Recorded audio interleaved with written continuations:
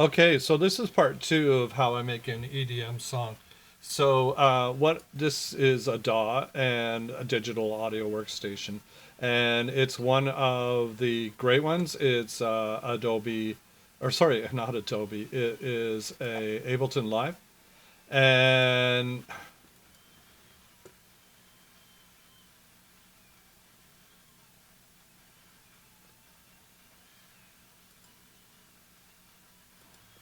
okay, a little glitch there. And basically, what this can do is this is the old track format. There's also a producer format that works a lot like a Remix Live that I have used quite often to sequence. You can. This is basically a sequencing way of programming loops, but it'll read. What I use this for is to use my MIDI. I'm not going to go through all Ableton Live. There's lots of tutorials, but what I've done is I put in there a MIDI file in here because some of my drums off of the guitar link were not synced very well. So MIDI instruments are basically using MIDI code, as you can see below here. And you can put in any instrument you want, and those little dots will read based on what the instrument are. This is a drum track right here, and this is basically the way you read that is this. These are all your low drums in the bottom, and your snares here, and your hi-hats here. And I wanted to put in a few more drums because there was a weird click mixed in with my guitar track, and it was distracting, and I thought the drums would smother it a bit.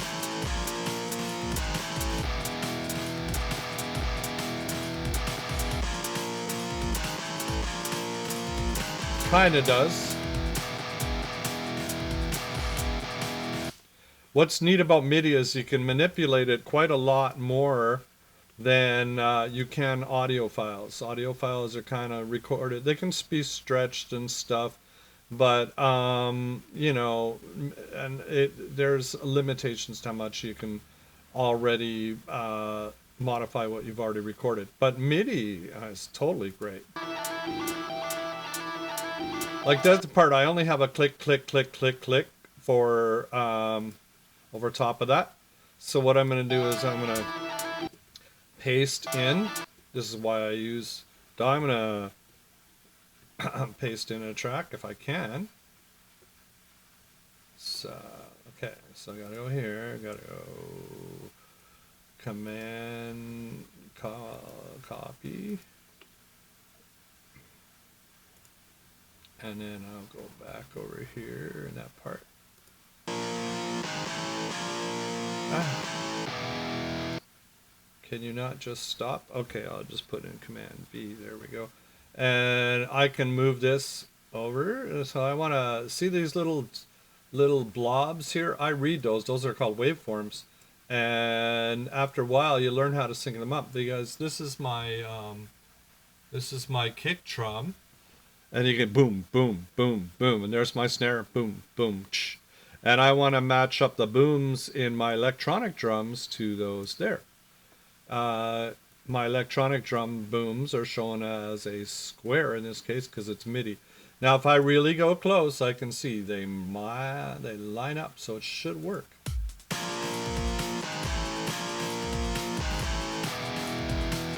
Now I have a more exciting drum track on top of this part.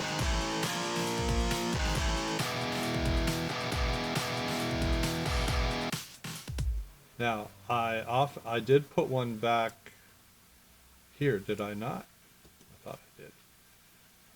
And I can enhance different parts of my track with more drum tracks. Like that part. So I want to have a little more exciting drum in there, so I'm going to go, I'm going to copy it again. And paste it. It's not pasting.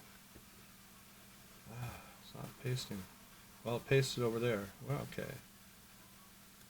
I hate when these little things happen. But that's part of life. Control C, come over here, and Control V, and nothing happens. On that, how about there? There we go. Okay, got to go right in the track. And then line up my little booms, like that. My technical name, booms, right? line up my blobs, and let's see what happens. Not very good. So again, I'm going to read the code. And I can go into a deep dive for hours and hours and do all of this, right? If I wanted to. Non-destructive editing, notice if I stretch it, the MIDI code is still there. And line up the blobs here, and still not working. I got to get it really small, really detailed. Go right in. Video editing is the same way. Zoom right in, figure out what's going on.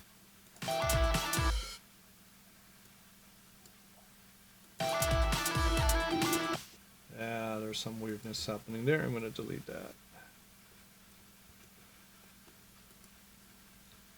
But anyway, bye-bye.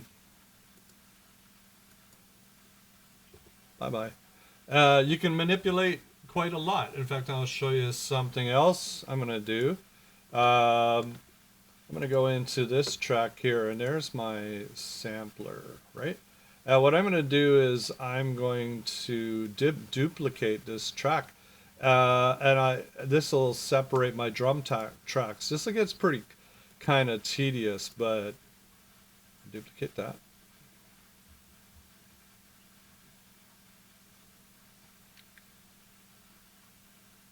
Oh my goodness.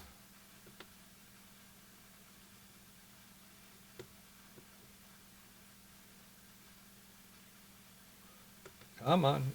Still thinking. Okay, so I had to go away for a bit, but what I did is I created 3 identical drum tracks. These are MIDI tracks, right? Unlike the audio ones here. So what I want to do is I actually want to have one of them just have kick drum, one of them only have mids, and one of them only have highs. So what I do is I click on that, and I go down here into my MIDI piano roll editor, and what I can do is I can actually highlight a whole track full of these guys and delete them out of there, and that takes out my highs. See, the highs are here, but they're gone from here, and I'm going to make that my bass drum track. So I'm going to take out the middles, which are snares, and bye-bye, and basically I only have the low parts there, right? And here I'm going to do the opposite. I'm going to take out and that does it for the whole row, and then I'm going to here take out my low parts. There's middle parts, so I'm going to leave the middle part in here. I'm going to take out the high part. Yeah, and there's my track, and I'm going to take out the high part, I think.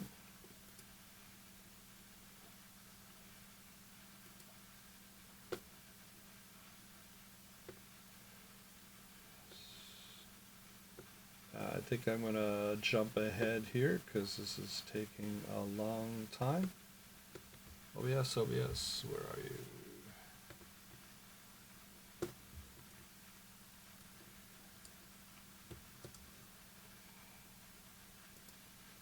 So what I've done now is I've actually created 3 electronic drum tracks. There's the bass part, there's the snare drum, and there's the hi-hat. And all I did was I went in and I deleted different lanes.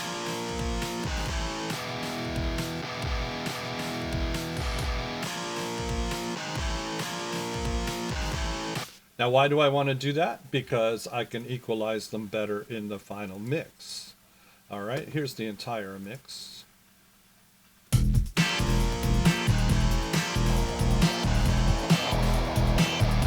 If I solo that, there's my high part. I solo that. There's my bass drum. Solo that. Levels are so weird on here. They're way lower than I thought they would be, but I'll have to calibrate that a little later. I can do that in my next section.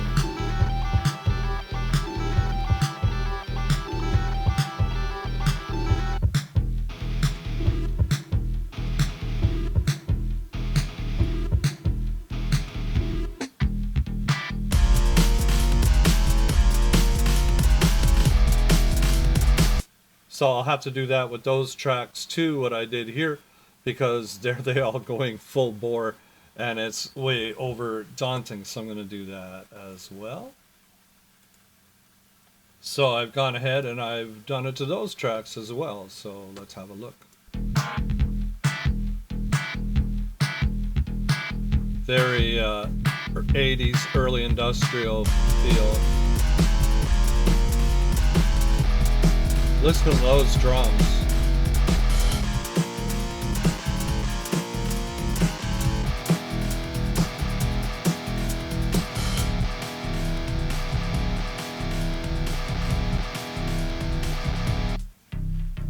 Now that hopefully distracts from the kind of out of sync hi-hat. But if you listen carefully to it, it'll be there. And I might leave it in as a mistake, or I'll have to just delete that part of the guitar track from here and have it play like this. Let's see what that would sound like. I'm gonna cut that out and see what happens. Oh, I kind of like that. Less is more.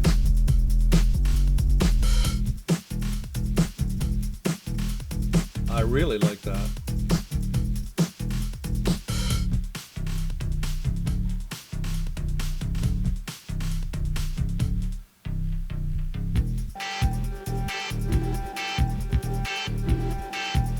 And you know, I'll spend a whole bunch of time playing around with that in the mix. But I want to show you one more thing I am going to do is I'm going to add the keyboard melody part in MIDI with this DAW.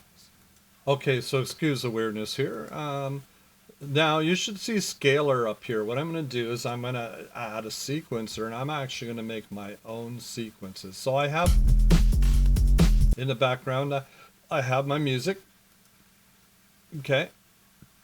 And I'm going to, I know it's in the key of E because I've already analyzed it using different software. So I'm actually going to go in and I'm going to use this great thing called scalar, which I'm going to make a chord progression out of this, because I right now have a bass that's in the E.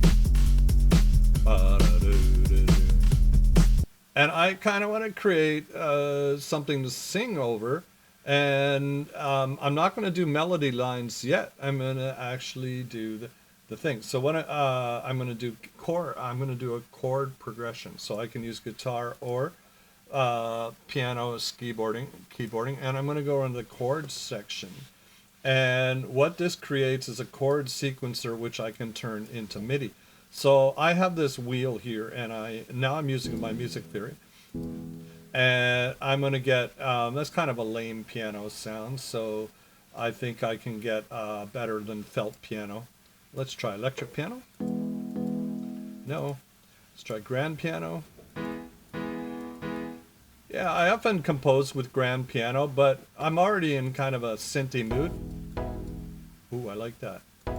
And all I want is just chord hits right now. I can splice them up and do things later. So, and I can change the actual thing. Let's say have.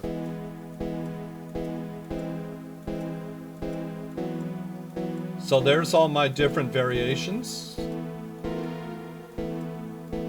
Oh, I like the E sus4, so I'm going to put that in there. I'm going to use a bit of music theory in here, and I'm going to say, okay, I'm going to just play that. Oh, yeah.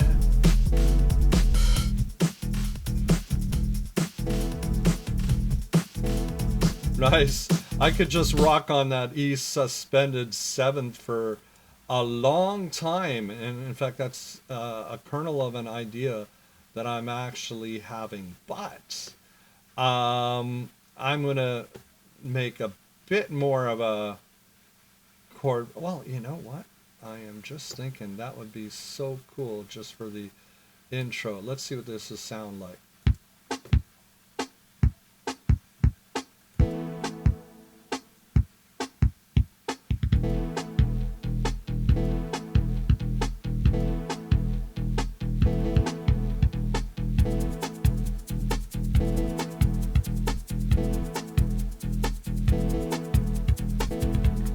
Neat. I'm not recording that yet, but I'm having some ideas here. So I can actually go into performance mode here and play.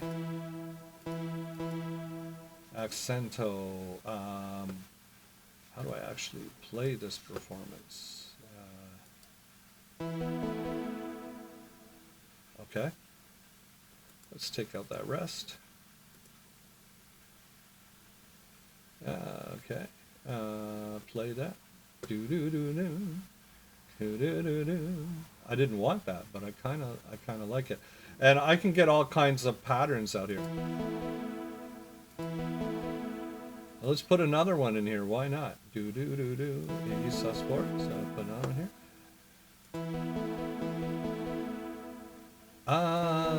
Let's put a rest in. And let's put a rest in. Whoops.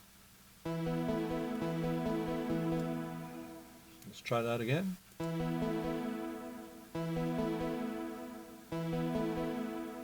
Now I'm counting in bars. So, you know, I'm step sequencing is what I'm doing. And so 2, 3, 4, and then I need a rest here.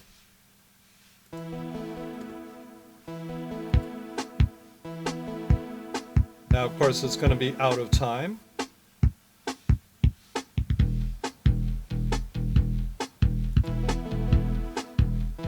There is a way I can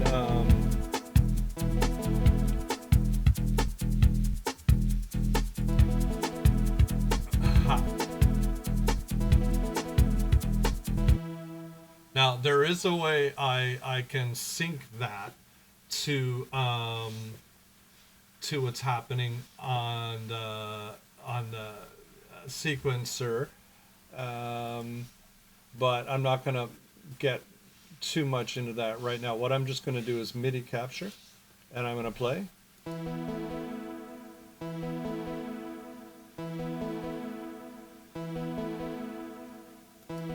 All right, so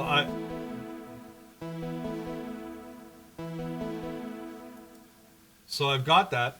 I think I've got 8 of them, and I'm going to drag that over to someplace. Import the signature data. Sure.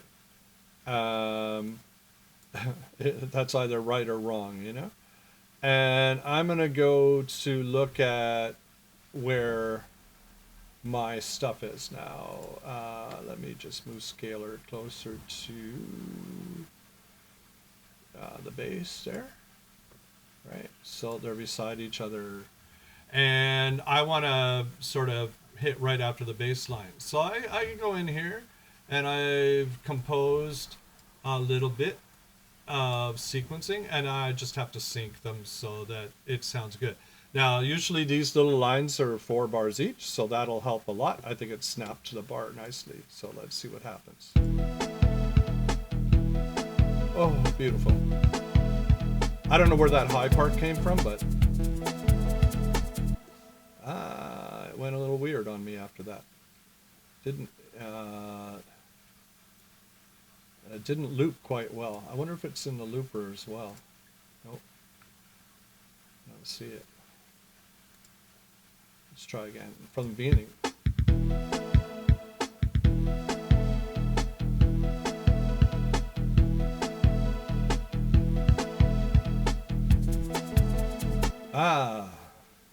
Doesn't loop well the second time, so I'll just make it one loop.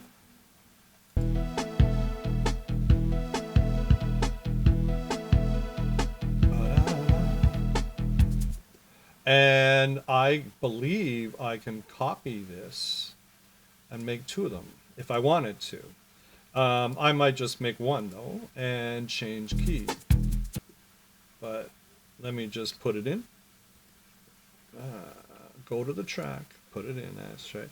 And move it right back onto the line and see if that sounds. Yep.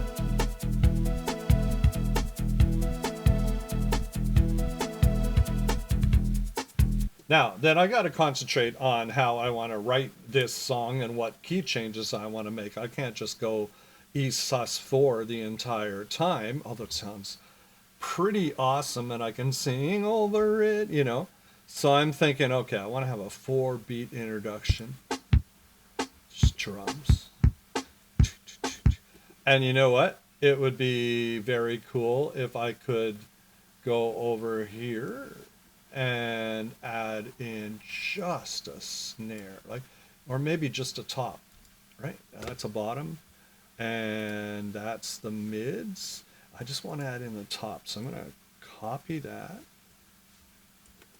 and go back here and paste that in. Oh, now let's see what happens. This is the joy of using MIDI for sequence editing. Now you can sequence edit in audio too, but MIDI is far more flexible. Here we go.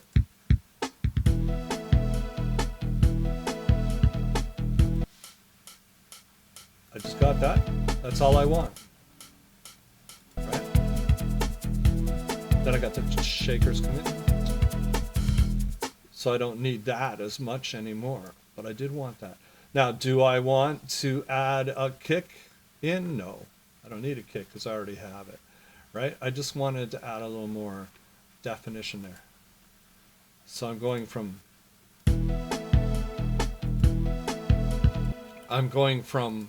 just beat to a little more. Go back. Okay, that start at bar 1, bar 1, bar 1, and play. Bum, cha, cha. Special effects come later. Nice.